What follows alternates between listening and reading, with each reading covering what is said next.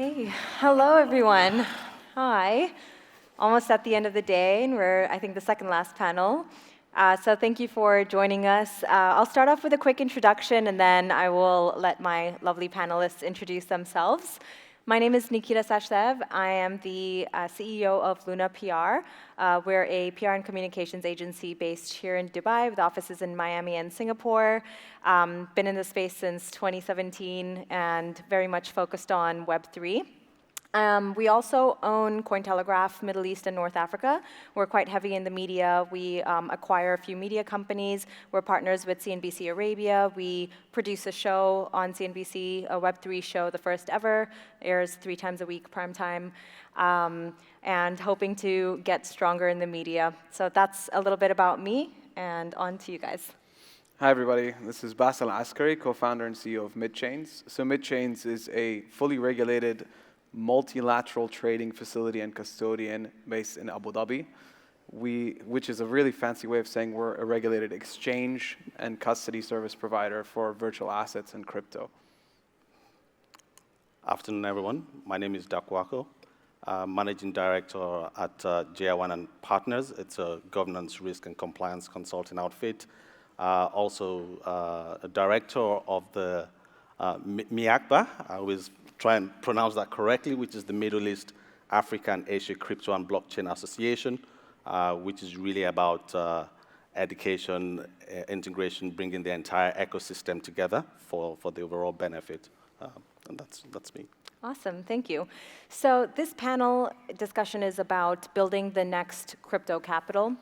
And I'm curious to know, in your perspective, what is the most important aspect to build a crypto capital? Of course, in my opinion, government and framework are the most important. So the first question is, what do you feel is the most important aspect? And the second question, if you do agree that it's government and framework, then which cities around the world are thriving or doing this right, and what can we learn from them? So if I kick off on this one, I agree that the government framework regulation is a very important kind of guidance for adoption and for a place to become the crypto capital. And I think it's not necessarily the case where one particular city can become the crypto capital, but potentially a country can, because you need really all branches of that government to support the initiative of providing a safe and innovative framework for firms like ourselves and many around here on participating in the conference today to actually grow.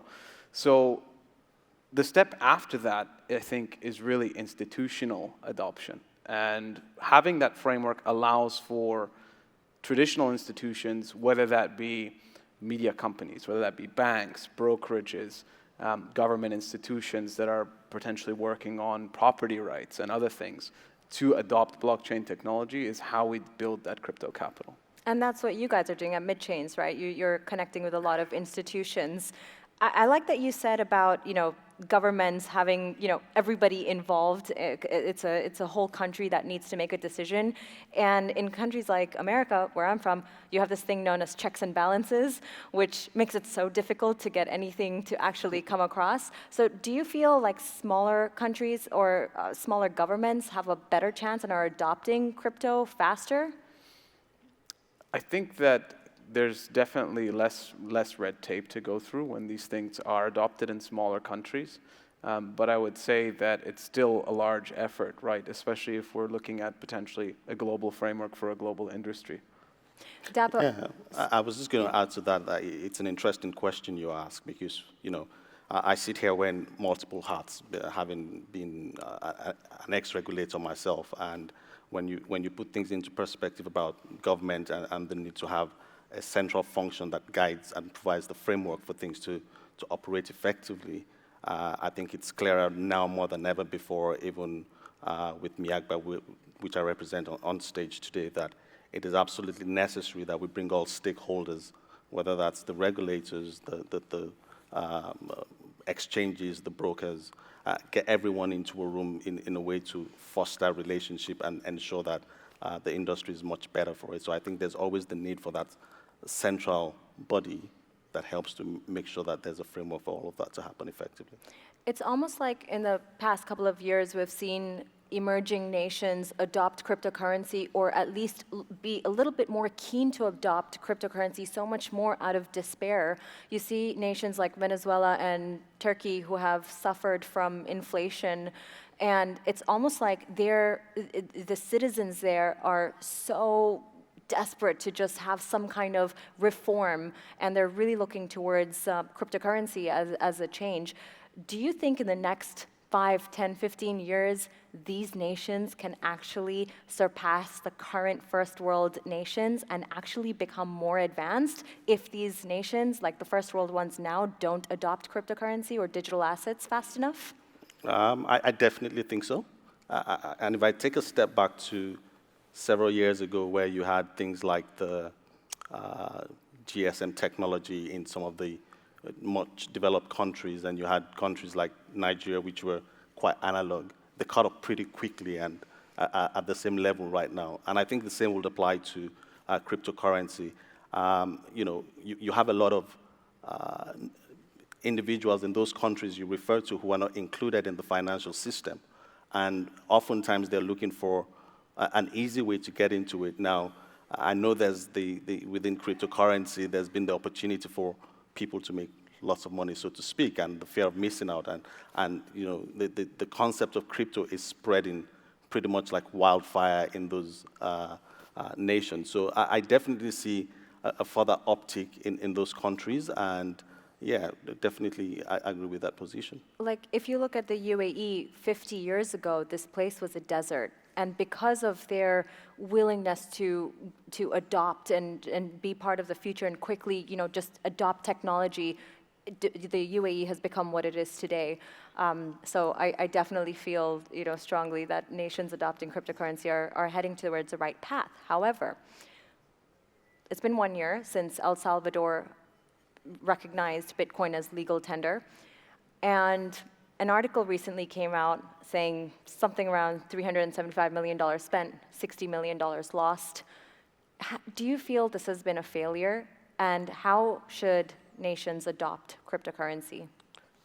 I mean, we can't take a short-term view of these scenarios, because in the long run, I think there are definitely offshoots, green shoots of possibilities that will happen in countries like El Salvador. And almost taking a step back to even the UAE, you used it as an example. I think if you look at UAE as a country and the adoption of crypto, I think 3 years ago when I moved here, which probably coincides with the time where the likes of Midchains were being leaders in trying to get onto being regulated in the ADGM. It was almost an unknown, but right now they have a stable framework. We've got various regulatory bodies across the UAE that are promoting and ensuring that there is the appropriate framework for entities to thrive. And so if you look at it from that perspective, who would have thought years ago that UAE would be at the forefront of driving a lot of regulatory advancements for cryptocurrency? And so that gives an indication also of what you would call the smaller countries taking a lead in the progress in this space. Just to add to that, I think as it relates to kind of central bank digital currencies, I definitely see that as being a massive, probability for a lot of countries to issue, because it just becomes much more effective and efficient to facilitate value transfer. And I don't think the UAE is any different there. That I'm sure there is some very smart people in the government working on such a project, as well as other countries around the world, in the neighboring ones and some of the ones that you mentioned. Now, on the other side of it, if we look at, for example, existing cryptocurrencies and potential use cases as store of value, I've definitely seen studies and thought pieces around sort of utilization of things like Bitcoin for a reserve asset, not necessarily a legal tender, but a reserve asset in the place of where gold used to be if fractional reserve banking is to be shifted in some of these countries. I don't see that as being impossible, but I haven't heard any cases where this has actually been done yet. Mm-hmm. Speaking of use cases, cryptocurrency is just one small use case of blockchain, its underlying technology. Mm-hmm. And in order for us to adopt or be the next crypto capital, it's very important to, I think, be a blockchain capital first.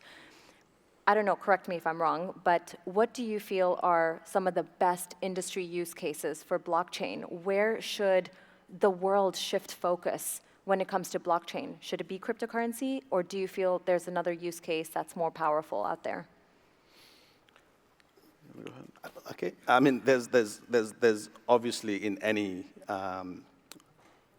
industry where things are only just beginning, you need to have credible use cases, and it's almost a natural trajectory that the financial services offers that initial platform for that to happen. And so, the trading of cryptocurrencies has given, I guess it's the starting blocks for use cases. And I think there's so many other things you can talk about in terms of use cases and whether you want to, we've had the likes of non-fungible tokens come to play, whether that's sustainable or not. But I think they're very credible use cases even in that space when you start thinking about, things like real estate and getting governments engaged in that front. And I'm sure that's a topic I know that Basil is very passionate about. And I think there's several opportunities in that space for things to kick off, really. So the way I see it as well is that I'm going to play on my two personal biases here. I love financial services, having been a TradFi convert, but also I like what I'm seeing in terms of blockchain gaming. And I see this as a very interesting use case for potentially digital property rights. Those digital property rights, if perfected and accepted by the majority of users, companies, etc., could be translated to physical assets and physical property rights. When that comes about, things like real estate, as we've mentioned, could be a very interesting use case. Hard assets, cars, etc. Really anything. And I think that's kind of the promise that we've all believed in from the beginning or the inception of blockchain and its potential go forward. But that requires massive government support to evolve into. It's one thing to do it in a video game. It's another thing to say, okay, this plot of land is governed by a smart contract that is linked with the municipal authority of wherever that may be, and is permitted to be bought and sold in that way. I like that you just mentioned property rights, because I strongly believe that one of the best use cases for NFTs are actually title deeds. I'm curious to know your thoughts on NFTs, because since the beginning of this year, NFT sales are down over 95%. Was this, JPEGs, right? So what are your thoughts? Is the NFT market dead when it comes to JPEGs? Are we going to see better use cases out there? And all these luxury brands entering the NFT space. Are there fundamentals? Is it FOMO or hype? What are your thoughts about NFTs? I like to separate the thinking from the content to the actual smart contract, and I think the smart contract to me is probably more interesting than the content that's being produced on it, such as the JPEGs. Although there's some cool stuff out there that I think people enjoy, and even me personally enjoy to some degree. But from the way I see it is that it's an interesting first step to utilizing smart contracts for that digital property. Maybe it's a JPEG today. Maybe it's a collectible from a big brand in another case, or eventually this could lead to that digital property argument. Mm-hmm. Yeah, I'll look at that from two perspectives. I've got a few Bored Apes myself that I bought on OpenSea back in the days, and I thought was going to be worth a lot, not worth very much, like you said. But when you take a step back, even in that space, and I put on my kind of risk and compliance hat as I described this, is you see a sector like the NFTs, yes, very much hyped up, and it was seen as the next best thing. But I think even at that, it provides an opportunity, and I think even from a regulatory perspective, the ADGM, for example, the FSRA, had issued a consultation paper specifically on NFTs in March this year, and became part of the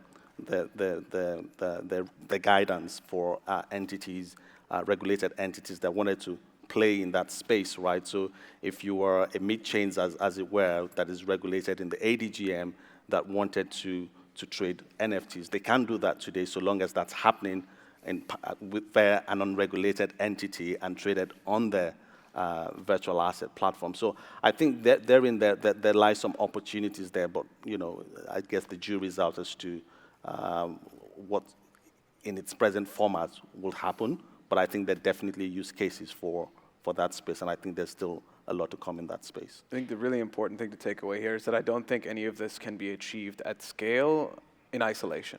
It can't just be between one party and another. There has to be more involvement from the governments, the institutions, etc. For sure. And coming back to the Bored Apes, at least it drove mass adoption. I remember there was a point where there were more people that knew what a Bored Ape was than what Ethereum was, for example. So I think if anything, we will all look back and say, well, thanks, because you brought more people into the space. Absolutely. I want to talk about what the white elephant is in the room, about FTX. Recently this year, we've seen the collapse of so many large companies and institutions in the Web3 space, from Lunaterra to 3AC, Voyager, FTX. We almost did not even ever imagine this big ship. It's like the Titanic sinking. Where were the regulations when it came to FTX? Why did nobody ask for proof of reserve before the collapse of FTX? And what can we learn from this? I mean, there's an argument, and I think that there's been a lot of focus on the crypto industry versus really looking at the critical issues around the fallout from FTX. It was really a failure of systems and controls, and not about cryptocurrency or virtual assets, whichever terminology you want to use. It was a simple failure of that, poor governance. The individuals traded with client money. There were clear conflicts of interest. The emphasis on cryptocurrency, and I know it's always a concern when I've got my near 80-year-old dad sending me a text that he knows about FTX. I'm like, really, you still use your checkbooks, right? So, but having said that, it's not peculiar. I recently was saying to someone, in 2008, or even if you go back a step further, when you had the dot-com bubble, similar, 2008 when we had the financial crisis, it was all about over-leverage, right? So, and that fallout has led to several new regulations. So when you speak about where were the regulations, I think it's important that we also understand that this is a very infant industry, and I think it was better now than later, because I think the repercussions will have been more significant. So the industry, and that is what associations like MIAGBA are trying to do, which is let us get everyone who's a stakeholder in the room. Let's be adults about it. I've seen in a lot of similar conferences that I've attended, there's less use of words like competitors. It's more around we're all pairs. How do we get the industry moving together? And I think the more of that we see from the industry, the more regulators come together, whether that's in Dubai, in ADGM, or regionally, globally, they come together, the better there is a framework that is consistent and is, all players can abide. There's no regulatory arbitrage. So I think, there's a lot of development in that space, and I think things will only get better for the industry. I feel like sometimes it's so conflicting, though, because Web3 is all about decentralization, and these large companies are so centralized, they shake up the whole market. And then the next layer to add on to that is that governments are there. We need government regulation. However, how do we stop that from eating away from innovation that the space has been built on? I was going to say, just building on your point, it comes back to proper corporate governance at the end of the day. Startups and being innovative and technology companies are not something new, and it's important to have sort of the right measures in place, a good board, good investors, and good oversight from neutral third parties, audits, etc. These are standard stuff that's not necessarily unique to the blockchain sector. But what is the main crypto auditor? Not crypto, like institutional auditor, because there are crypto auditors like Certic and Hacken, but who audits something like this? Big Four. Big Four. They should. So that's what I was saying. So where were the Big Four before FTX collapsed?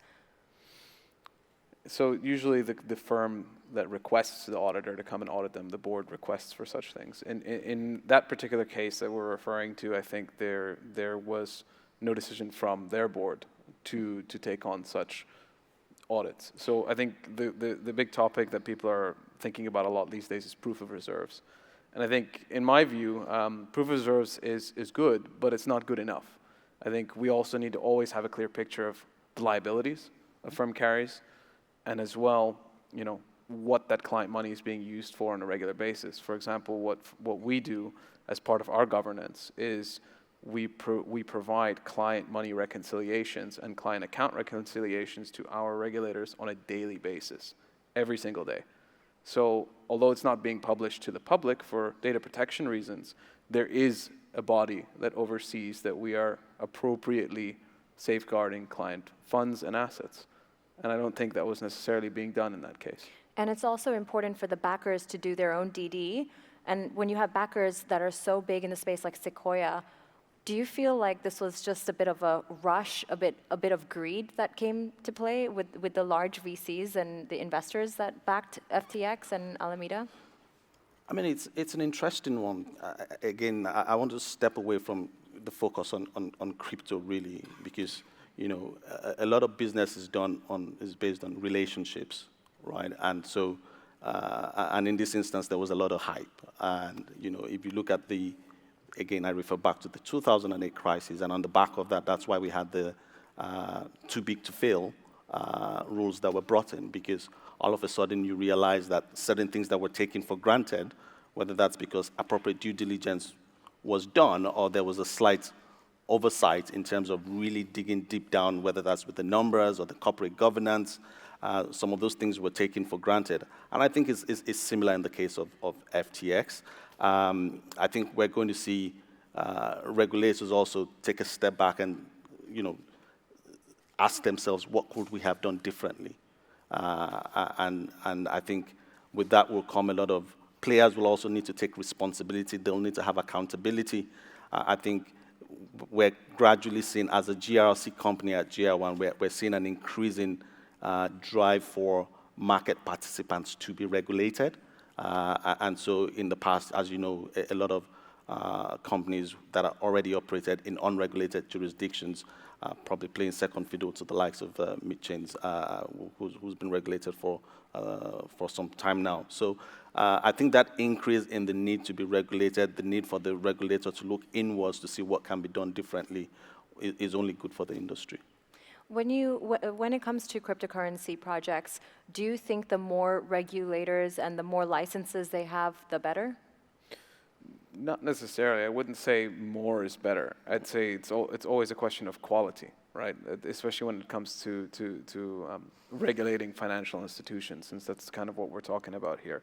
If you look at, just take the US, for example, and the securities exchange market, there aren't that many.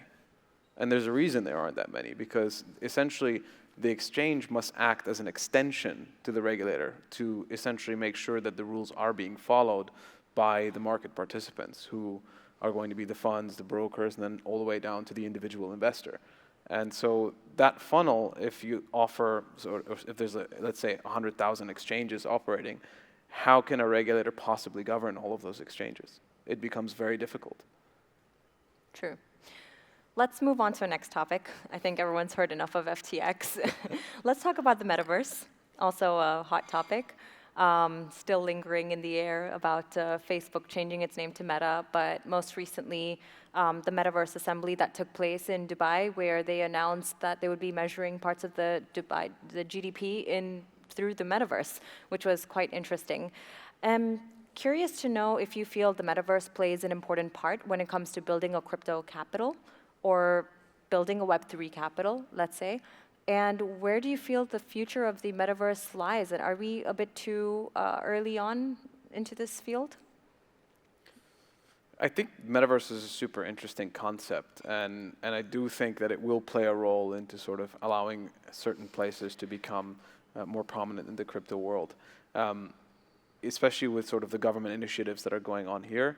Very interesting by methods of promotion. The way I always look at metaverses is that to me they're very much like decentralized social media video games, and from that perspective, you kind of boil it down to its simplest part, in that it's a tool that's used to promote. And I've seen projects where essentially And I like the marriage of kind of real world and metaverse, where essentially a real estate company will develop their metaverse to show essentially 3D models of what they're going to build on a plot of land and use that almost as a sales tool. And I think that's a really interesting use case. And I think that's one way to sort of become involved in a very practical and pragmatic kind of way. And what do you feel we need to do right now to encourage more mass adoption of Web3?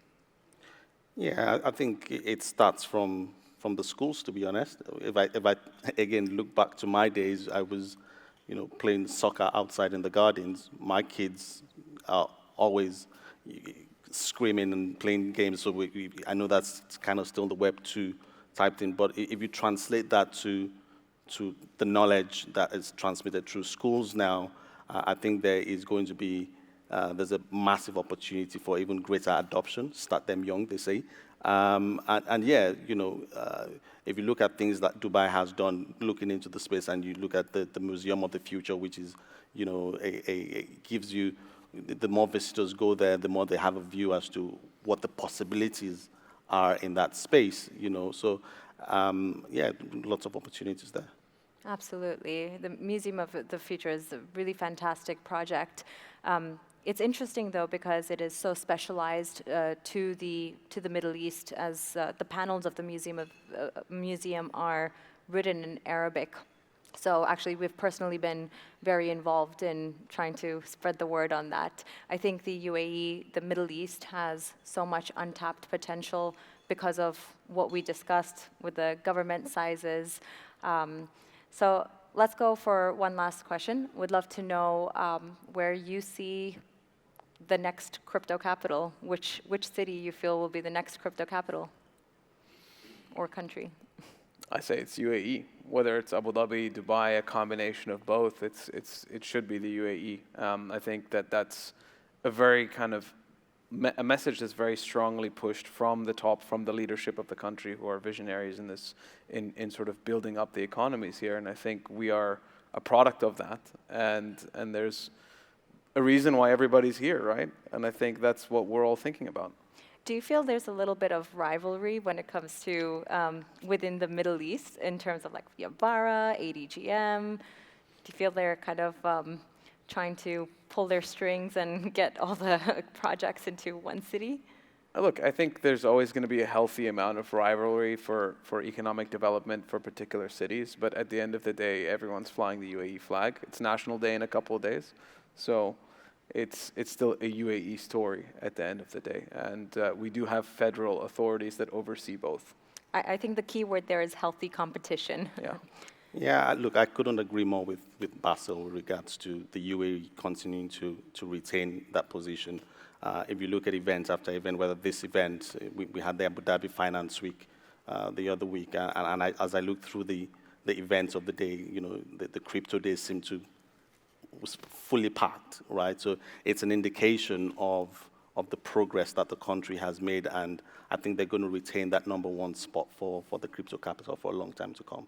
It's no coincidence that everyone and anyone that needs to be in that space is already in the UAE.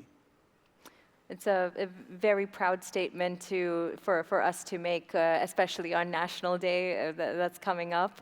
Dapo and Basil, thank you so much. Very insightful, and I hope everyone in the audience enjoyed the panel as well. Thank you so much for listening in.